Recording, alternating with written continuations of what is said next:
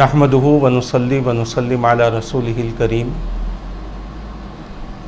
اما بعد فاعوذ باللہ من الشیطان الرجیم بسم اللہ الرحمن الرحیم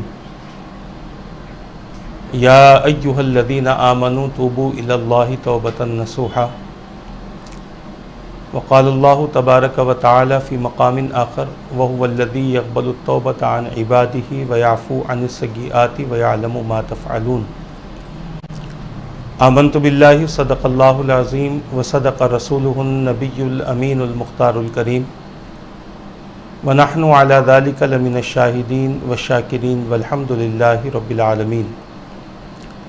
اللہم صلی وسلم وبارک علی سیدنا و مولانا محمد وعلی آلہ واصحابہ وبارک وسلم صلاۃ و سلاما دائما علیک وعلی آلک واصحابک یا رسول اللہ صلی اللہ تعالی علیہ وسلم۔ عزیزان ملت اسلامیہ، محترم ناظرین و سامعین کرام،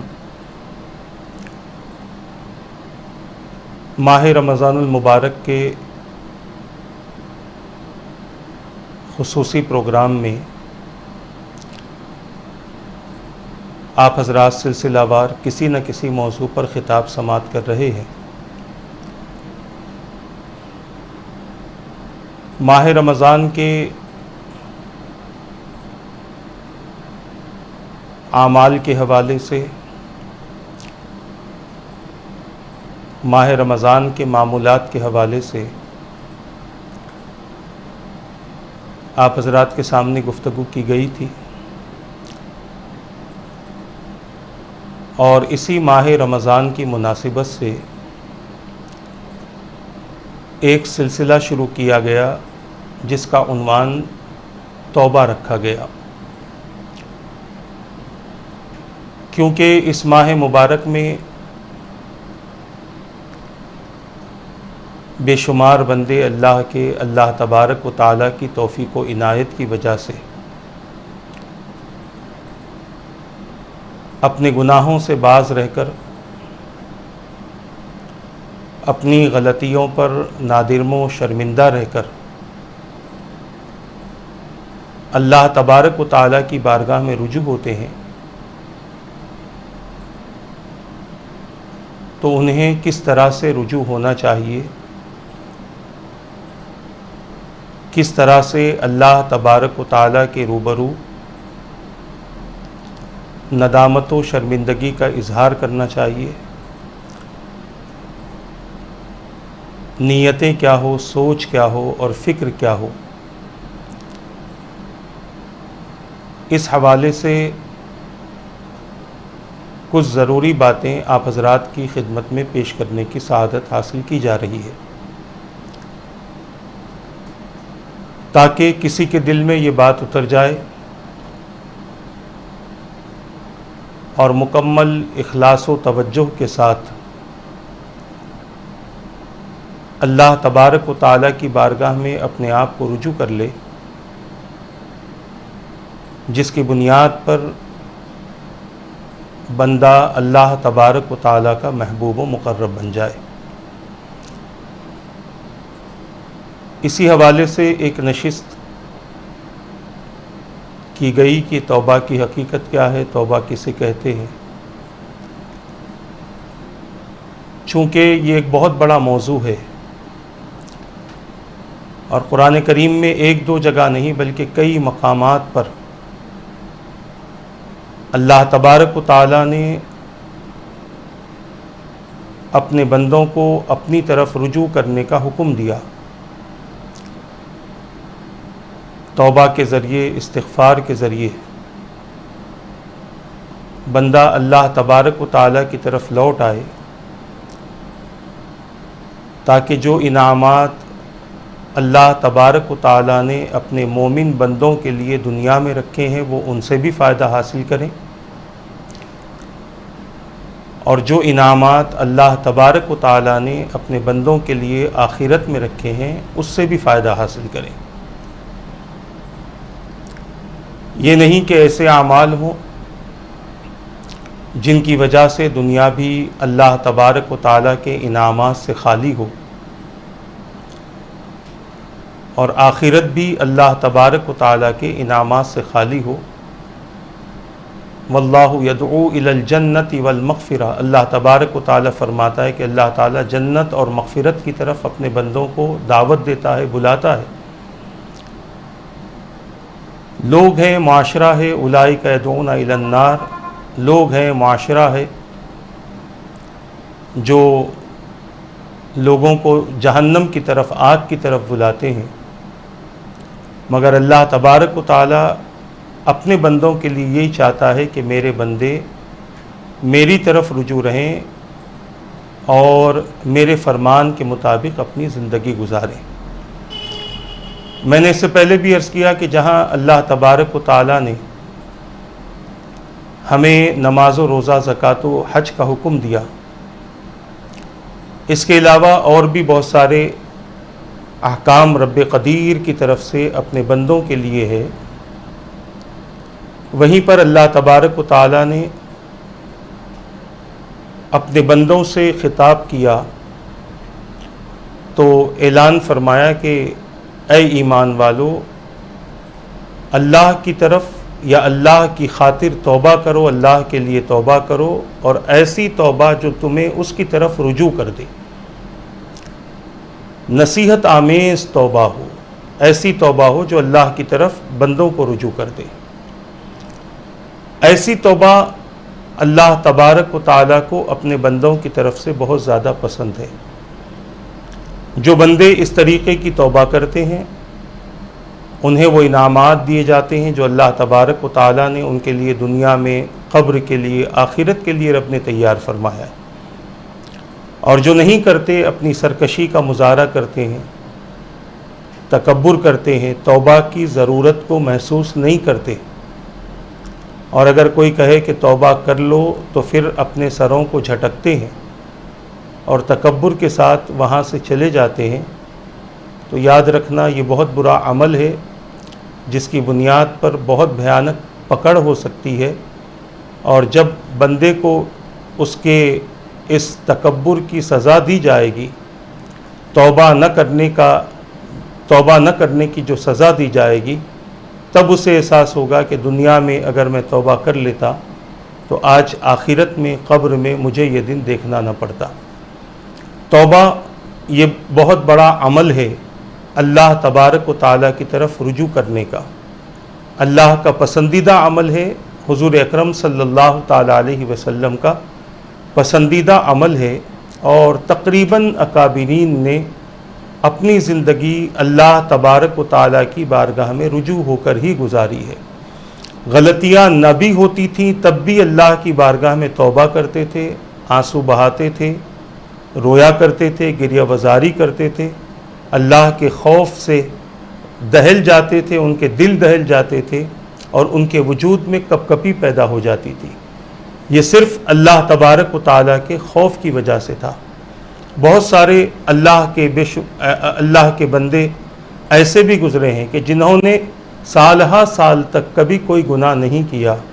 مگر اس کے باوجود ان کی آنکھیں نم رہتی تھی، آنسو ان کی آنکھوں سے جاری ہوتے تھے، ان کے جسم اللہ تبارک و تعالیٰ کے خوف سے کانپتے تھے، ان کی عبادتوں میں خوف و خشیت کا اظہار ہوتا تھا، اور ان کی دعاؤں میں توبہ کے الفاظ ہوتے تھے۔ یہ صرف اس لیے تھا کہ یہ اللہ کو پسند ہے، اور جو اللہ کو بندہ محبوب رکھتا ہے، اللہ سے محبت کرتا ہے، وہ اپنی زندگی میں مکمل طور پر وہی کام کرتا ہے جو اللہ تبارک و تعالیٰ کو بے حد پسند ہوتے ہیں۔ تو لہٰذا ہمیں بھی چاہیے، ماہ رمضان ایک بہترین موقع ہے ہمارے لیے،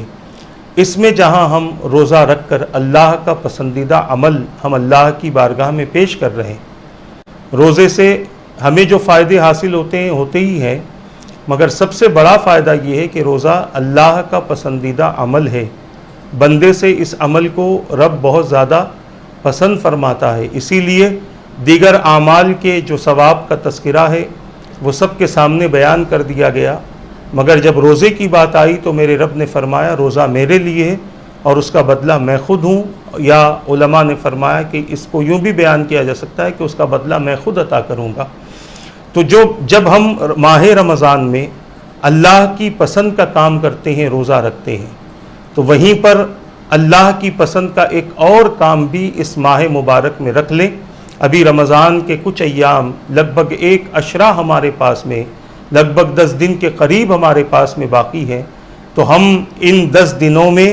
اللہ کی بارگاہ میں جہاں روزے کے ذریعے اللہ تبارک و تعالی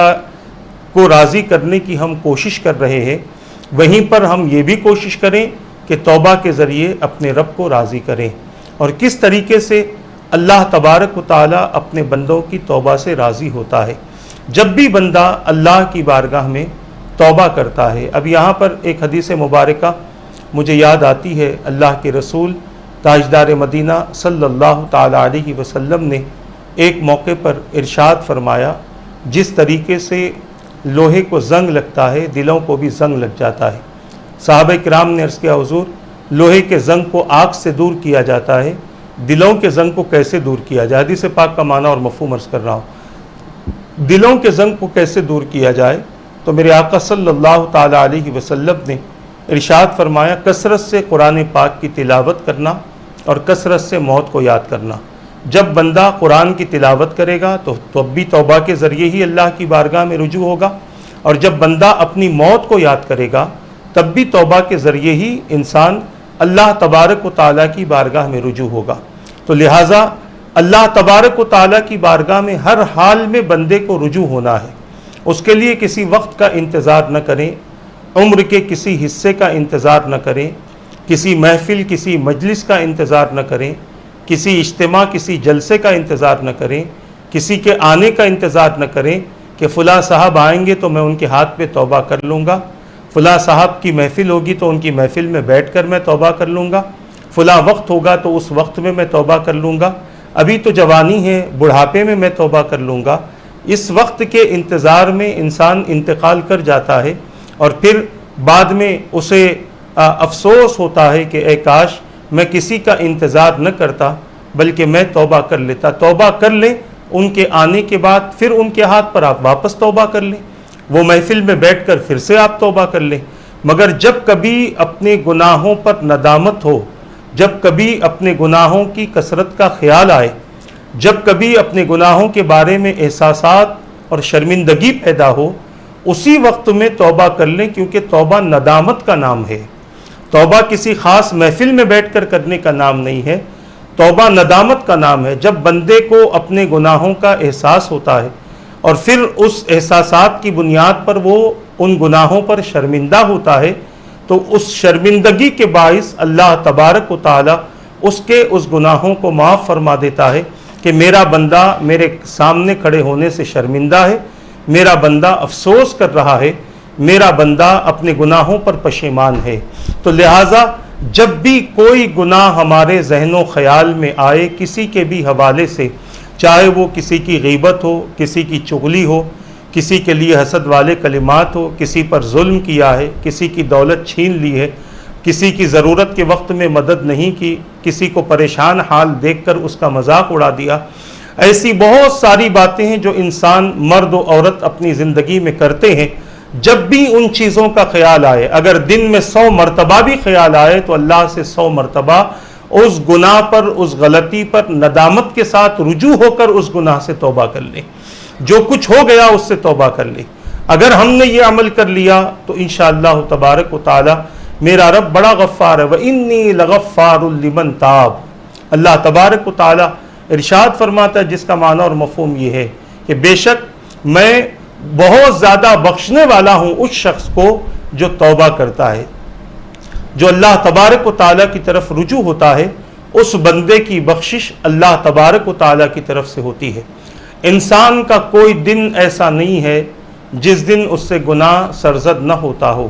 جس دن اس سے غلطیاں سرزد نہ ہوتی ہوں۔ عزیزان ملت اسلامیہ، نفس ہمارے ساتھ ہے، نہیں پتا کہ یہ کب ہمیں بہکا دے، کب ہمیں ورغلا دے کسی کام پر، کب ہمیں برائی کی طرف لے جائے، کب ہمارے اندر برائی کا تصور پیدا کر دے، پتہ نہیں ہے۔ گناہ کرنے ہی سے گناہ نہیں ہوتا، خیال گناہ بھی گناہوں میں شمار کیا جاتا ہے۔ اکابرین کے نزدیک خیال گناہ بھی گناہ تھا، اسی لیے کبھی کبھار نہیں بلکہ اکثر وہ توبہ کرتے تھے ان اعمال سے جو انہوں نے کیے تو نہیں ہے، مگر ان کے خیالات کی وجہ سے وہ اللہ تبارک و تعالیٰ کی بارگاہ میں رجوع ہوا کرتے تھے۔ عزیزان ملت اسلامیہ، اسی طرح حضور اکرم صلی اللہ تعالیٰ علیہ وسلم اپنی تمام امت کی طرف سے اللہ تبارک و تعالیٰ کی بارگاہ میں رجوع ہوتے، توبہ کرتے اور استغفار فرماتے تھے۔ تو عرض کرنا یہ چاہتا ہوں کہ جس قدر ممکن ہو سکے، جتنا وقت ملے توبہ کے لیے اللہ کی بارگاہ میں رجوع ہو، اور ضروری نہیں ہے کہ زبان ہی سے آپ اللہ کی بارگاہ میں رجوع ہو۔ 10 لوگوں میں بیٹھے ہوئے ہیں، اچانک کوئی بات ہو گئی اور اس بات سے آپ کو شرمندگی، ندامت محسوس ہوئی، گناہ کا احساس ہوا، اسی وقت اللہ کی بارگاہ میں توبہ کر لیں اور ایسی محفل کو چھوڑ دیں جن محفل میں گناہوں کے تذکرے ہوتے ہوں، کسی کو پریشان کرنے، کسی کو ستانے کی باتیں ہوتی ہوں۔ اگر عورتیں میری باتیں سن رہی ہیں، میں ان سے بھی کہنا چاہتا ہوں کہ اپنی زندگی کو اللہ تبارک و تعالیٰ کی خاطر تبدیل کرنے کی کوشش کرو، اور جس قدر ہو سکے اللہ کی بارگاہ میں توبہ کے ذریعے رجوع ہو۔ اللہ تبارک و تعالیٰ نے بہت سا وقت دے دیا ہے، اب پتہ نہیں کتنا وقت ہمارے پاس میں باقی ہے۔ جوانی میں موت آئے گی، ضعیفی میں موت آئے گی، عمر کے کس حصے میں موت آئے گی اس کا پتہ نہیں ہے۔ اس سے پہلے بندے اور بندیوں کو چاہیے کہ وہ اللہ تبارک و تعالیٰ کی بارگاہ کی طرف رجوع ہو اور اپنی زندگی کو توبہ کے ذریعے جس قدر ہو سکے روشن کرتے رہیں اور توبہ کے ذریعے اللہ تبارک و تعالیٰ کو راضی کرنے کی کوشش کرتے رہیں۔ عزیزان ملت اسلامیہ، اللہ کے رسول صلی اللہ تعالیٰ علیہ وسلم نے اس حوالے سے کئی احادیث نقل فرمائی ہیں، اور اگر ہم یہ کہیں کہ اللہ کے رسول صلی اللہ تعالیٰ علیہ وسلم کے سینکڑوں کی تعداد میں فرامین ملتے ہیں جس میں رسول پاک صلی اللہ تعالیٰ علیہ وسلم نے اپنی امت کو اللہ تبارک و تعالیٰ کی طرف رجوع ہونے کا کثرت سے آپ نے حکم دیا ہے۔ اب جو حدیثیں میں آپ کے سامنے پیش کروں گا، ان احادیث میں واقعات بھی موجود ہیں اور حضور اکرم صلی اللہ تعالیٰ علیہ وسلم کے احکامات بھی موجود ہیں، اور اللہ تبارک و تعالیٰ کے چند بندوں کا تذکرہ ہے، اور تفصیل کے ساتھ ہم انشاءاللہ ان افراد کا تذکرہ کریں گے جنہوں نے اللہ کی بارگاہ میں رجوع ہو کر ایسی توبہ کی کہ وہ توبہ ان کی زندگی بھر کے لیے استقامت کا سبب بن گئی، انعامات خداوندی کے حصول کا سبب بن گئی، دنیا و آخرت میں دارین کے لیے سعادت کا ذریعہ بن گئی۔ حضرت سیدنا امام غزالی رحمۃ اللہ تعالی علیہ کے آپ نے جو کتاب تصنیف فرمائی ہے مکاشفۃ القلوب، اس میں سے میں چند باتیں آپ حضرات کے سامنے عرض کروں گا۔ حضور اکرم صلی اللہ تعالی علیہ وسلم نے ارشاد فرمایا، گناہوں سے توبہ کرنے والا اس شخص کی طرح ہے جس سے کوئی گناہ سرزد نہیں ہوا، یعنی جس نے التائب من الذنب کمن لا ذنب لہ، یہ حضور اکرم صلی اللہ تعالی علیہ وسلم کا فرمان او کما قال۔ حضور اکرم صلی اللہ تعالی علیہ وسلم نے توبہ کرنے والے کو خوشخبری عطا فرمائی، اور خوشخبری کیا ہے کہ جو بندہ اپنے گناہوں سے توبہ کرتا ہے، اس میں 2 باتیں آپ ضرور یاد رکھیں۔ ایک گناہ ہوتا ہے اللہ تبارک و تعالیٰ کی ذات کی نافرمانی کے حوالے سے، اور ایک گناہ ہوتا ہے اللہ کی مخلوق کے حقوق ادا نہ کرنے کے حوالے سے۔ اب اگر کوئی بندہ یہ سمجھتا ہے کہ میں اپنے ماں باپ کو ناراض کروں اور توبہ کر لوں تو خدا راضی ہو جائے، میں اپنے گھر والوں کو ناراض کروں، توبہ کر لوں تو خدا راضی ہو جائے، میں اپنے پڑوسیوں کو ناراض کروں، توبہ کر لوں، خدا راضی ہو جائے، میں اپنے رشتہ داروں کو، اپنے متعلقین کو، اپنے خادموں کو، نوکروں کو، کام کرنے والوں کو، اپنے ساتھیوں کو ناراض کروں اور پھر توبہ کر لوں میرا رب راضی ہو جائے، تو انسان کو اپنی سوچ بدلنی پڑے گی۔ جس ذات کے تعلق سے آپ کے گناہ ہیں، اس ذات کو اس گناہ کے ختم کرنے کا اختیار ہے۔ میں یہ نہیں کہتا معاذ اللہ تبارک و تعالیٰ کو اس معاملے میں اختیار نہیں ہے، معاذ اللہ ہرگز ایسا نہیں، اللہ تعالیٰ نے اس اختیار کو اپنے بندوں میں منتقل فرما دیا۔ جب تک بندے کی غلطی بندہ معاف نہ کرے خدا معاف نہیں فرماتا. اس بات کو ذہن میں رکھ لیں. چاہے وہ بندہ آپ کے والدین ہوں, چاہے وہ بندے آپ کے رشتہ دار ہوں, آپ کے متعلقین ہوں, آپ کے اہل و عیال ہوں, آپ کے پڑوسی ہوں, آپ کے ساتھی ہوں, آپ کے کام کرنے والے ہوں, یا کوئی بھی ہو, جن کو بھی آپ نے ستایا ہے معافی اسی سے مانگی جائے. وہ معاف کر دے تو اللہ تبارک و تعالی معاف فرما دے گا. یہ نہیں ماں باپ کو بہت زیادہ ستایا اور پھر یہ سوچے کہ میں اللہ سے معافی مانگ لوں گا, کچھ عبادتیں کر لوں گا, کچھ روزے رکھ لوں گا, ان کے نام کے حج کر لوں گا, ان کے لیے ایصال ثواب کر لوں گا. تو یقیناً یہ انسان کو اپنی اس معاملے میں سوچ بدلنی چاہیے. انسان جس کے تعلق سے غلطی کرتا ہے اس کے لیے ضروری ہے کہ وہ اس سے معافی مانگے. جیسے کہ اللہ کے رسول تاجدار مدینہ صلی اللہ تعالی علیہ وسلم نے ارشاد فرمایا, جس حدیث مبارکہ کا مفہوم یہ ہے کہ ماں باپ کی ناراضگی سے خدا بھی ناراض ہوتا ہے اور ماں باپ کے رضامندی سے خدا بھی راضی ہوتا ہے. کیا پتہ چلا کہ ماں باپ ناراض ہوں اور بندہ خدا کو راضی کرنا چاہے تو خدا راضی نہیں ہوتا, بلکہ بندے کو چاہیے کہ وہ اپنے ماں باپ کو, اپنے والدین کو راضی کریں. اور اگر وہ اپنے ماں باپ کو راضی نہیں کرتا تو پھر اللہ تبارک و تعالی نے اپنے بندوں کے حقوق ادا نہ کرنے والوں کے لیے جن عذابات کا ذکر فرمایا ہے, کل بروز قیامت ہی نہیں بلکہ قبر ہی سے اس کے لیے یہ سلسلہ شروع ہو جائے گا. ام المؤمنین سیدتنا عائشہ صدیقہ رضی اللہ تعالی عنہ ارشاد فرماتی ہیں کہ اللہ کے رسول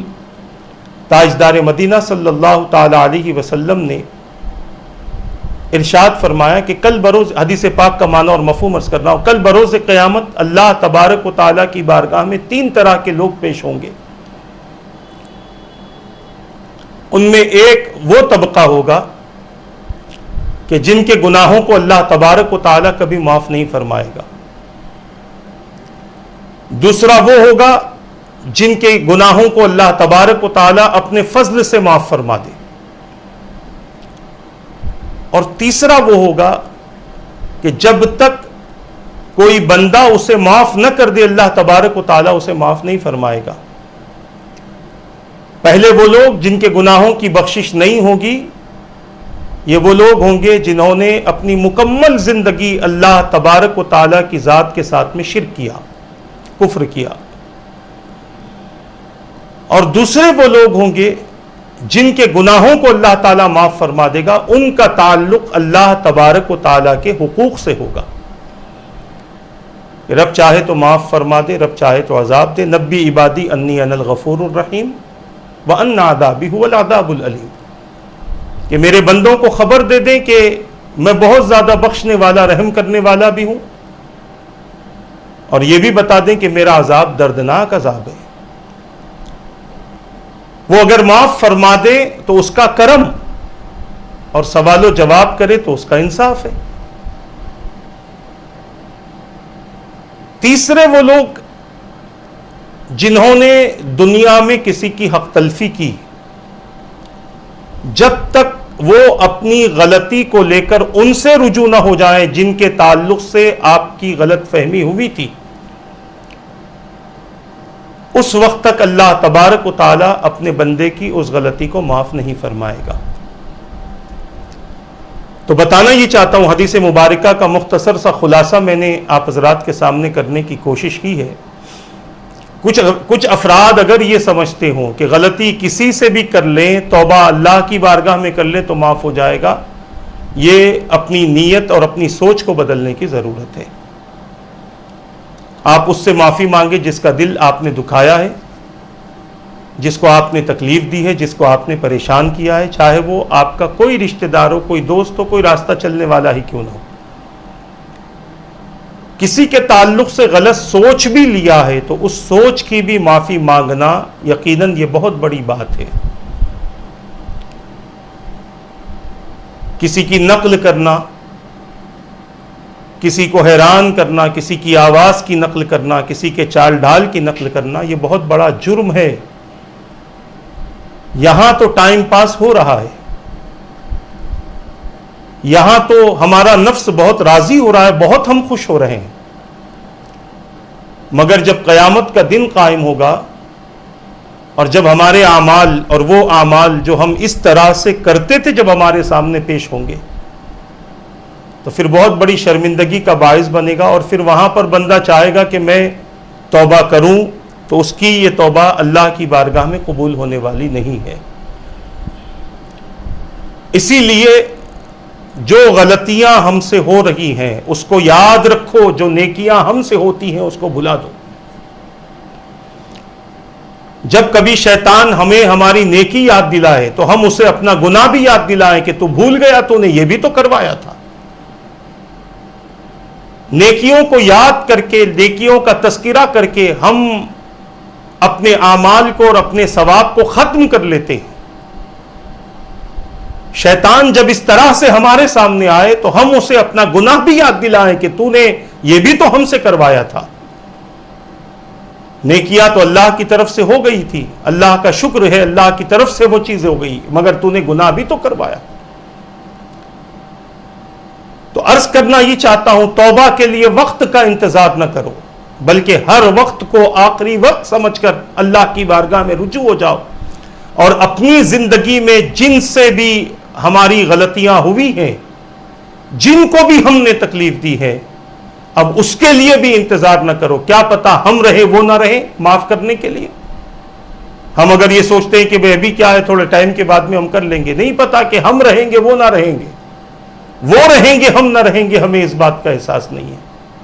اور اس بات کا ہمارے پاس میں یقین نہیں ہے۔ تو لہٰذا توبہ کرو، توبہ کرنے سے اللہ تبارک و تعالیٰ اپنے بندوں سے راضی ہوتا ہے۔ کسی نے کسی پر ظلم کیا ہے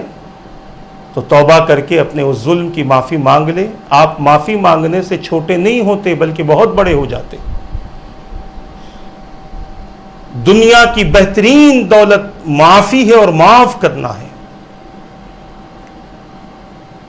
اور جو بندہ معافی مانگتا ہے اللہ تبارک و تعالیٰ کو وہ بندہ بہت زیادہ پسند آتا ہے۔ عزیزان ملت اسلامیہ، محترم ناظرین و سامعین کرام، تو عرض کر رہا تھا کہ اپنے گناہوں سے توبہ کرنے کی کوشش کرتے رہو اور بہت زیادہ توبہ کرو۔ حضرت سیدنا امام غزالی رحمۃ اللہ تعالی علیہ فرماتے ہیں کہ ایک جوان تھا، جب بھی اس سے کوئی گناہ سرزد ہوتا تو وہ اسے اپنے پاس ایک کتاب میں لکھ لیتا، شرمندہ بھی ہوتا، اس سے توبہ بھی کرتا، اللہ تبارک و تعالیٰ کی طرف اپنے آپ کو رجوع کر لیتا۔ ایک مرتبہ پھر اس سے کوئی غلطی ہوئی اور اس غلطی کو لکھنے کے لیے جب اس نے اپنا دفتر کھولا، اپنی کتاب کھولی، تو کیا دیکھتا ہے کہ اس میں ایک آیت کے سوا کچھ بھی لکھا ہوا نہیں تھا، سارا کا سارا مٹا دیا گیا، اور وہ آیت مبارکہ کا حصہ تھا فَأُولَئِكَ يُبَدِّلُ اللَّهُ سَيِّئَاتِهِمْ حَسَنَاتٍ، اللہ تعالیٰ ان برائیوں کو نیکیوں میں تبدیل کر دیتا ہے۔ جسے اپنے گناہ پر شرمندگی تھی اسی نے تو اپنا گناہ لکھا تھا، ورنہ ہم تو سمجھتے بھی نہیں کہ ہم گناہ گار ہیں، ہم خطا کار ہیں۔ کوئی اگر دعا بھی کرتا ہے کہ مولا ہم گناہ گار ہیں تو ایک انسان سوچتے بیٹھتا ہے میں نے کون سا گناہ کیا ہے جو میں اس بات پر نادم و شرمندہ ہوں، میں نے کون سی خطائیں کی ہے جو اس بات پر نادم و شرمندہ ہوں۔ یہی تو سب سے بڑی خطا ہے کہ آپ اپنے آپ کو گناہ گار سمجھتے ہی نہیں ہیں، یہی تو سب سے بڑا گناہ ہے کہ آپ اپنے آپ کو گناہ گار نہیں سمجھتے۔ اگر اپنے آپ کو گناہ گار سمجھتے اور اللہ تبارک و تعالیٰ کی طرف رجوع ہوتے تو یہ بہت بڑی دولت تھی آپ کے لیے۔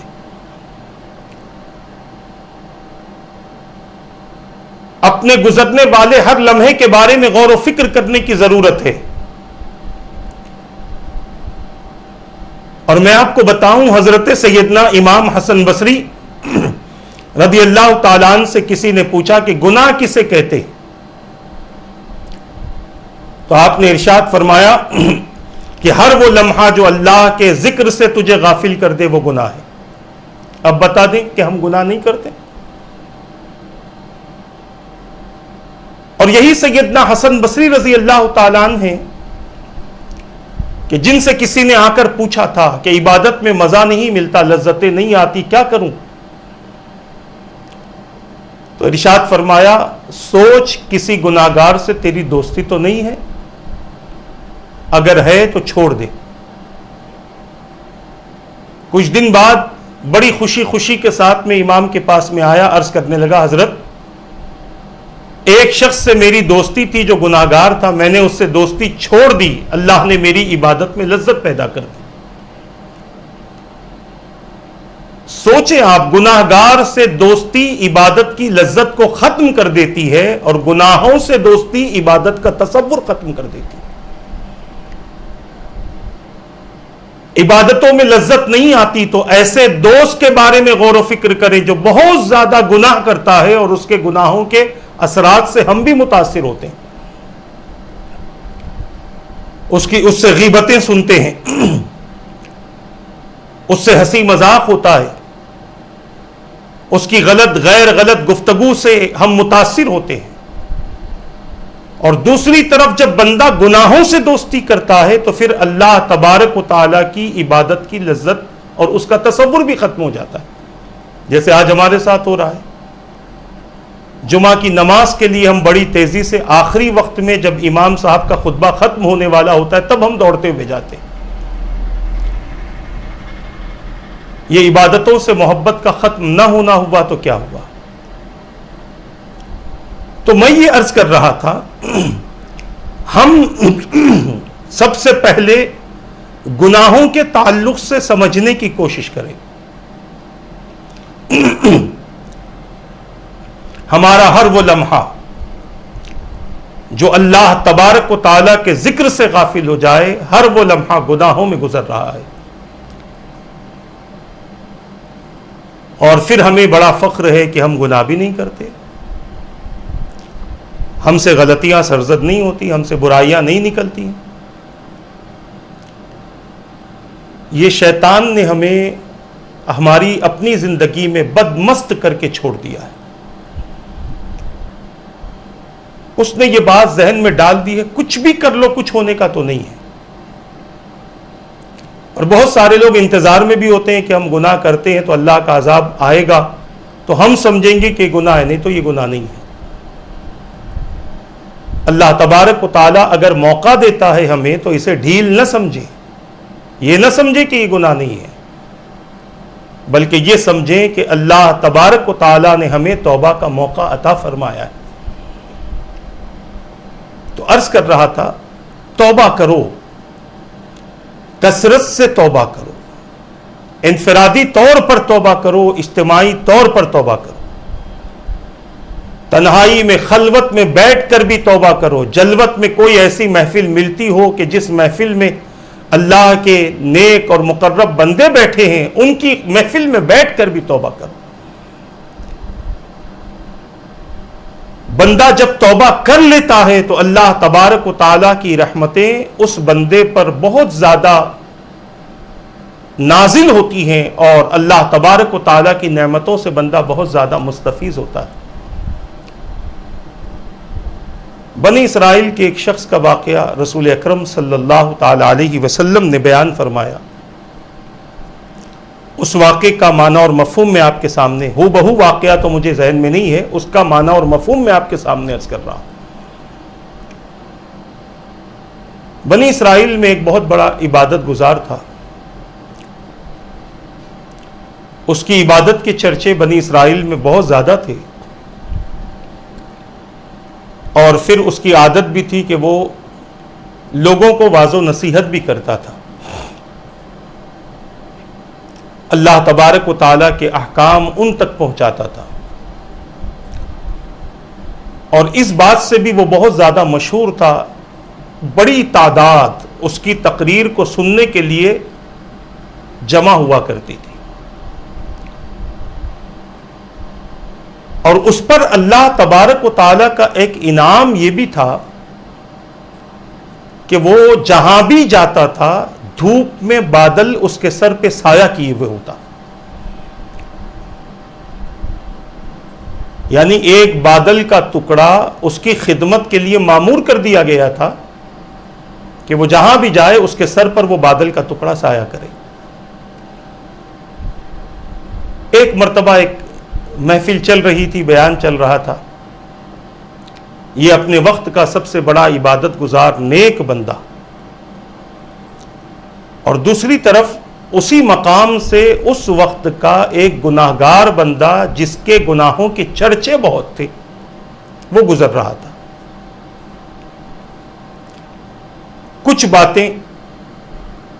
اس بنی اسرائیل کے عابد سے اس کے کانوں میں پڑی، لہذا وہ باتیں بڑی اچھی لگی۔ اس نے ارادہ کیا کہ میں بھی جاؤں اور جا کر اس عابد کے پاس بیٹھ جاؤں۔ اللہ تبارک و تعالیٰ نے موقع دیا اور اسے اس عابد کے قریب بیٹھنے کی، اس عبادت گزار نیک بندے کے قریب بیٹھنے کی جگہ مل گئی۔ اتنا قریب بیٹھ گیا کہ اس کے گھٹنے اس کے گھٹنے سے لگنے لگے، اور وہ بندہ گناہگار بندہ اس کی باتیں سن رہا تھا، خوف و خشیت کی باتیں ہو رہی تھی، توبہ و ندامت کی باتیں ہو رہی تھی۔ اس بندے کو اس عابد کی گفتگو اتنی پسند آئی کہ آنکھوں سے آنسو جاری ہوئے، دل ہی دل میں اس نے اپنے سارے گناہوں سے توبہ کر لی، آگے کبھی گناہ نہ کرنے کا اللہ تبارک و تعالیٰ کی بارگاہ میں عہد بھی کیا۔ ابھی یہ سلسلہ اس کے دل ہی دل میں چل رہا تھا کہ اچانک اس عابد کے دل میں، اس عبادت گزار کے دل میں خیال پیدا ہوا کہ آج لوگ میرے بارے میں کیا سوچیں گے کہ میں اس دور کا سب سے نیک انسان، اور میرے سامنے میرے گھٹنے کو گھٹنا لگا کر بیٹھا ہوا اس دور کا سب سے بڑا برا انسان مجھ سے اتنا قریب ہو کر بیٹھ گیا ہے، لوگ میرے بارے میں آج کیا سوچیں گے۔ خیر اس نے اپنی واعظ و نصیحت مکمل کر لی، گفتگو ختم ہو گئی، لوگ جانے لگے۔ وہ شخص بھی جانے لگا جس نے دل ہی دل میں توبہ کیا، ندامت و شرمندگی کا اظہار کیا۔ لہذا جب وہ جانے لگا، دنیا دیکھ کر پریشان تھی، سب جانتے تھے کہ کتنا بڑا گناہگار ہے، مگر جب وہ جانے لگا، جو بادل اس نیک بندے کے سر پہ سایہ کیے ہوئے آیا تھا وہ بادل اس شخص کے سر پہ سایہ کیے ہوئے جا رہا۔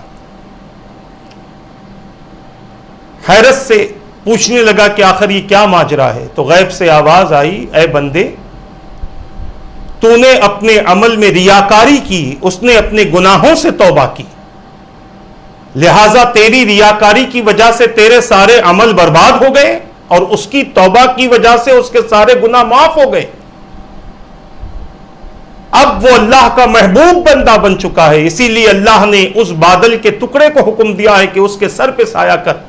اور پھر دونوں سے اللہ فرماتا ہے کہ اب سے دونوں نیک عمل کا آغاز کریں اور اس کی شروعات کریں۔ کیا انعام ہے اللہ تبارک و تعالیٰ کا توبہ کرنے والوں کے لیے، کیا اعزاز ہے اللہ تبارک و تعالیٰ کی طرف سے توبہ کرنے والوں کے لیے۔ بعضوں نے تو یہاں تک کہ کہہ دیا کہ ہماری کتابوں میں لکھا ہوا ہے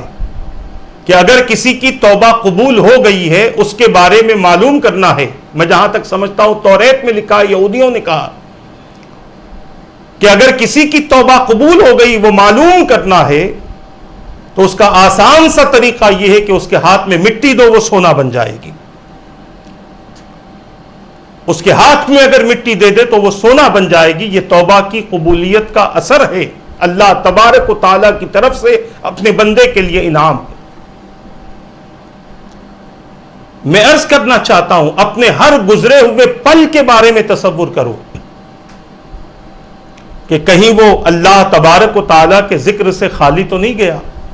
اور کہیں وہ گناہ تو نہیں ہو گیا، کہیں وہ غلطی تو نہیں ہو گئی۔ اس بات کو سمجھنے کی ضرورت ہے، اور اپنی ذات کے معاملے میں یہ یقین رکھ لو کہ ہم اللہ تبارک و تعالیٰ کے وہ خاص بندے نہیں ہیں کہ جن پر شیطان کا مکر ہو اور خدا اس کو ظاہر کر کے انہیں محفوظ کر دے۔ ہمارا شمار اللہ کے ان بندوں میں ہوتا ہے جن کی رگوں میں خون سے تیز شیطان دوڑتا ہے، جن کے دلوں پر شیطان نے مکمل قبضہ کیا ہوا ہے، جن کے مزاج کو شیطان نے مکمل اپنے قبضے اور اپنے کنٹرول میں رکھا ہوا ہے۔ وہ جیسے چاہتا ہے ہم ویسے کرتے، وہ جب کہتا ہے ہم نماز پڑھتے، نہیں کہتا تو ہم نماز بھی نہیں پڑھتے،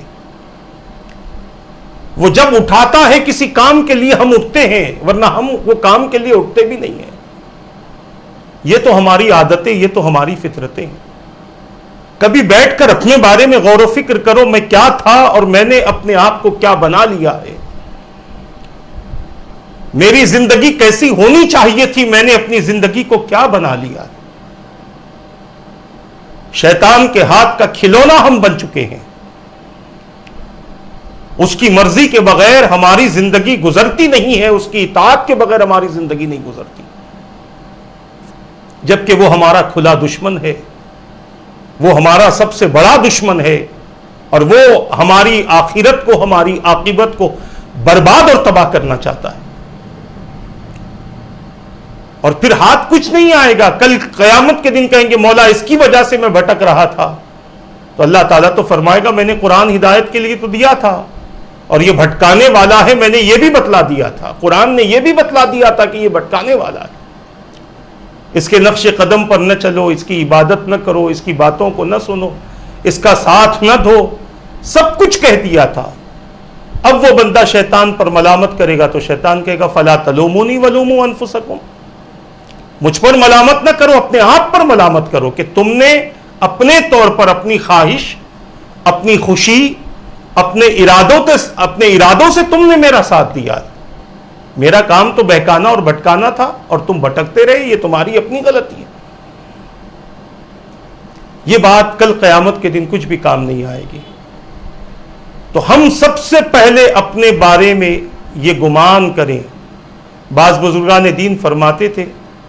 کہ اگر اللہ تبارک و تعالیٰ کی طرف سے یہ اعلان ہو کہ پوری دنیا میں، میری پوری کائنات میں ایک بندہ ایسا ہے جس کو میں ناپسند کرتا ہوں،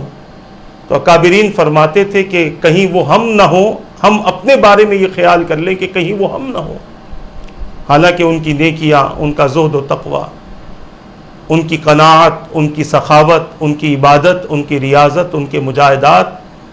یقیناً ان کا تصور اور ان کا تذکرہ پڑھنے کے بعد ہم کبھی یہ سوچتے ہیں کہ یہ کیسے کر لیتے تھے۔ پوری رات ہزار رکعت نفل پڑھ کے گزارتے تھے، پوری رات اللہ کے کلام میں غور و فکر چلتا تھا، پوری رات دینی اور شرعی معاملات میں غور و فکر کیا کرتے تھے۔ ہم کس بات کی فکر کر رہے ہیں؟ محنتیں تو ان لوگوں نے کی ہیں، ہم تو بیٹھ کے صرف میوے کھا رہے ہیں، اور پھر وہ میوے کھا کر بھی ہم اللہ کا شکر اور صبر نہیں کرتے، اللہ تبارک و تعالیٰ کی طرف ہم رجوع نہیں ہوتے۔ عزیزان ملت اسلامیہ، اسی لیے اپنے گناہوں پر نادم ہونے کی ضرورت ہے، اور گناہوں پر جب بھی ندامت ہو توبہ کر لو، جب بھی خیال آئے کہ مجھ سے یہ غلطی ہوئی ہے فوری توبہ کر لو۔ حضرت سیدنا، اب ہم آتے ہیں حکایتوں کی طرف، احادیث کی طرف، واقعات کی طرف، تاکہ ہمیں یہ پتہ چلے کہ اللہ تبارک و تعالیٰ اپنے مخصوص بندوں کو کن انعامات سے سرفراز فرماتا ہے، اور ان پر اللہ تعالیٰ اپنے کتنے احسانات فرماتا ہے۔ اس کی طرف ہمیں توجہ کرنے کی ضرورت ہے۔ انشاءاللہ چند احادیث، میں سمجھتا ہوں 1-2 نشستیں اور ہوں گی، اور یہ بڑی اہم نشستیں ہوں گی۔ ان چیزوں کو آپ ذہن میں بھی محفوظ رکھیں، اور ہو سکے تو اس کی ویڈیو بنا لیں، یا پھر ہدا ٹی وی کے ذریعے یہ پروگرام آپ کے خدمت میں پیش کیا جا رہا ہے، اس کے یوٹیوب چینل پر جائیں، ممکن ہے کہ یہ بیان پھر سے آپ کو مل جائے، اسے سنیں، لوگوں میں شیئر کریں، لوگوں تک پہنچائیں، تاکہ ہماری وجہ سے اگر کسی کی زندگی میں انقلاب آ جائے تو یقیناً یہ ہمارے لیے بڑی سعادت کی بات ہوگی۔ تو عرض کر رہا تھا، حضرت سیدنا ابو ہریرہ رضی اللہ تعالیٰ عنہ فرماتے ہیں کہ ایک رات میں حضور اکرم صلی اللہ تعالیٰ علیہ وسلم کے ساتھ نماز عشاء پڑھ کر باہر نکلا۔ راستے میں مجھے ایک عورت ملی، اس نے مجھ سے پوچھا کہ میں نے ایک گناہ کر دیا ہے، کیا میں توبہ کر سکتی ہوں؟ حضرت ابو ہریرہ رضی اللہ تعالیٰ عنہ فرماتے ہیں کہ میں نے پوچھا کہ وہ کون سا گناہ کیا ہے؟ عورت بولی کہ مجھ سے زنا سرزد ہو گیا، زنا ہو گیا ہے، اور جب میں نے زنا کیا تھا تو اس زنا سے بچہ پیدا ہوا ہے، میں نے اسے قتل کر دیا۔ حضرت ابو ہریرہ رضی اللہ تعالیٰ عنہ فرماتے ہیں میں نے اس سے کہا کہ تو تباہ ہو گئی، تیرے لیے کوئی توبہ نہیں ہے۔ پھر اس کے بعد جیسے ہی آپ نے کہا وہ عورت بے ہوش ہو کر گر پڑی، اور آپ فرماتے ہیں کہ میں اپنی راہ چل دیا۔ پھر مجھے خیال آیا کہ میں نے حضور اکرم صلی اللہ تعالی علیہ وسلم سے پوچھے بغیر یہ بات کیوں کر دی۔ چنانچہ آپ کی خدمت میں آیا اور سارا معاملہ حضور اکرم صلی اللہ تعالی علیہ وسلم کے سامنے بیان کیا۔ حضور نے ارشاد فرمایا کہ تم نے بڑا غلط جواب دیا ہے، کیا تم نے یہ آیت نہیں پڑھی؟ وہ آیت کیا ہے؟ انشاءاللہ آگے ہم اس آیت کو آپ کے سامنے پیش کریں گے۔ ابو ہریرہ رضی اللہ تعالیٰ عنہ، یہ 19ویں پارے کی آیت ہے، صرف ابھی اشارہ دے رہا ہوں، آگے میں آیت اور اس کا ترجمہ بیان کروں گا انشاءاللہ۔ ابو ہریرہ رضی اللہ تعالیٰ عنہ فرماتے ہیں کہ جب میں نے حضور سے یہ بات سنی، عورت کی تلاش میں نکلا اور ہر کسی سے پوچھنے لگا کہ مجھے اس عورت کا پتہ بتلا دو جس نے مجھ سے مسئلہ پوچھا تھا، یہاں تک کہ آپ فرماتے ہیں کہ میری یہ حالت ہوئی کہ مدینے کے بچے مجھے پاگل سمجھنے لگے۔ آخر میں نے اس عورت کو تلاش کر لیا اور اس عورت سے کہا کہ خاتون، میں نے جو تم سے مسئلہ بیان کیا تھا وہ غلط تھا،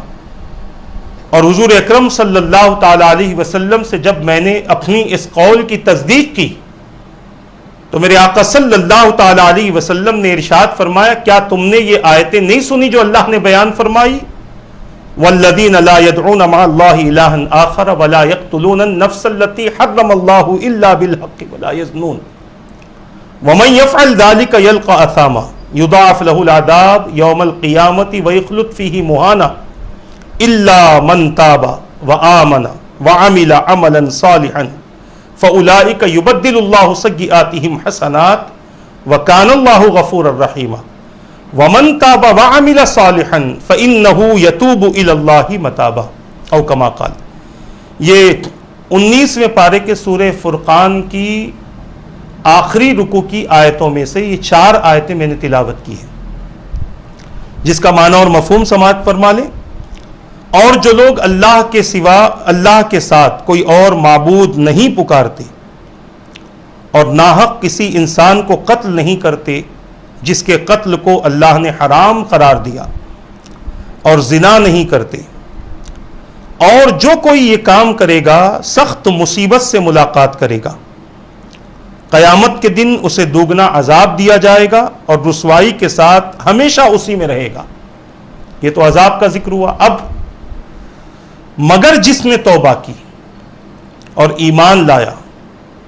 اور اچھے عمل کیے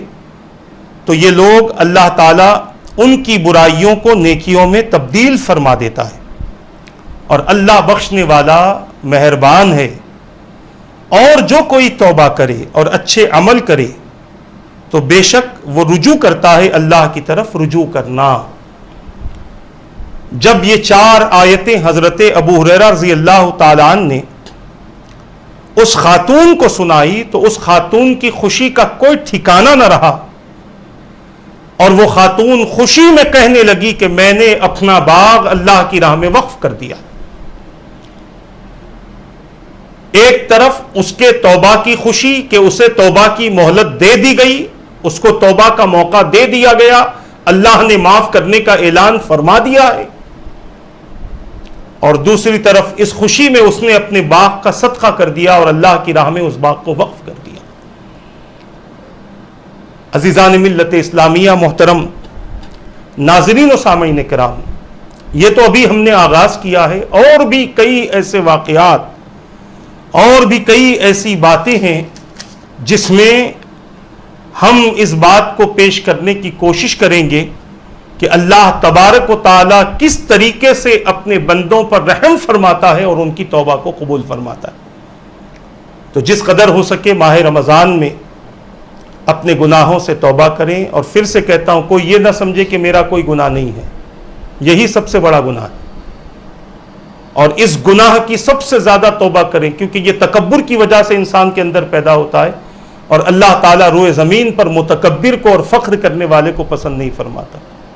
تو جس قدر ممکن ہو سکے اللہ تبارک و تعالیٰ کی بارگاہ میں رجوع ہونے کی کوشش کریں، اور زیادہ سے زیادہ توبہ کرتے رہیں۔ رمضان کے اس مہینے میں بہت زیادہ توبہ کریں،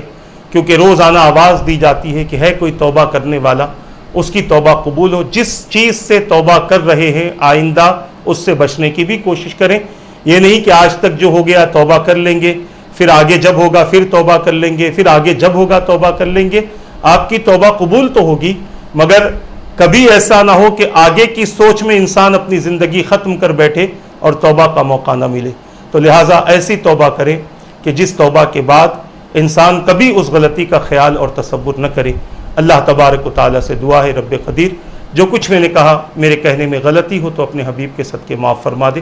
پروردگار ہمیں بھی تیرے تائبین بندوں میں، توابین میں ہمیں بھی شامل فرما، ہماری توبہ کو قبول فرما۔ مولا ہماری توبہ پر استقامت عطا فرما، ہر چھوٹے بڑے گناہ سے ہم توبہ کرتے ہیں ہماری توبہ کو قبول فرما دے۔ آئندہ زندگی گناہوں سے احتیاط کے ساتھ گزارنے کی توفیق عطا فرما۔ مولا رب قدیر جن جن لوگوں نے دعاؤں کے لیے کہا کہتے رہتے ہیں ان کی دعاؤں کو جائز مقاصد کو پورا فرما دے۔ مولا ہم سب کی حاجتوں کو پورا فرما، ہم سب کی پریشانیوں کو دور فرما، مصیبتوں سے نکلنے کے راستے پیدا فرما۔ مولا اس بلا کو، وبا کو ہم سے دور فرما دے۔ اپنے حبیب کے صدقے مولا سکون و اطمینان کی زندگی نصیب فرما،